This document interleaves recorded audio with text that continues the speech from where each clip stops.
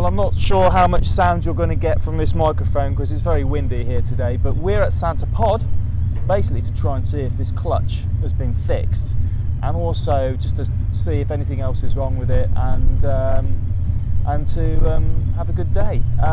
In theory, this car should be able to get down into the 13s, even though it's only got, you know, less than 100 horsepower. Because the weight is so low, it should go fairly quickly.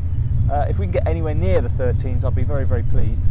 But you know, today's not really about times, just to make sure everything works, and if it does, we'll go and set a time. Pulling away from the paddock to the staging area, I could tell straight away that the clutch issue had already been fixed. So once we were ready and we'd waited our turn, there's the guys checking to make sure I've got my arm restraints. We can pull onto the track. There is a burnout patch, which in these cars we probably don't need, so you can just drive around it, and then they'll wave you onto the track.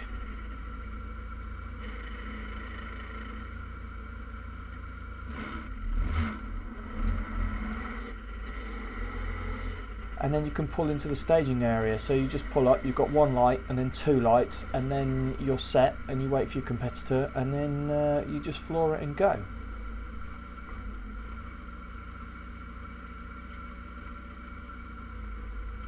So the getaway was pretty good, but yeah, straight away I knew I had a problem. I am not getting any power down at all, and I barely got into third gear by the end of the run, so something wasn't right.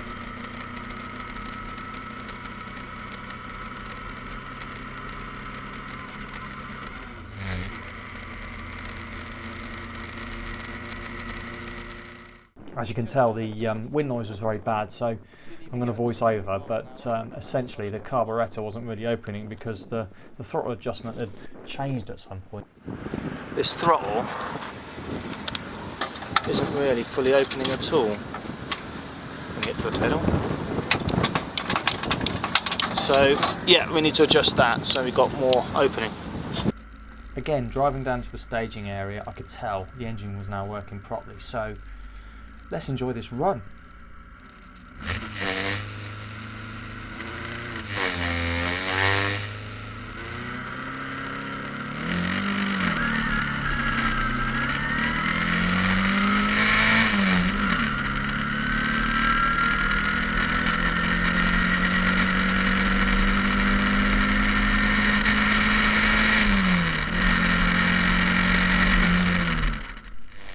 Now, flipping hell.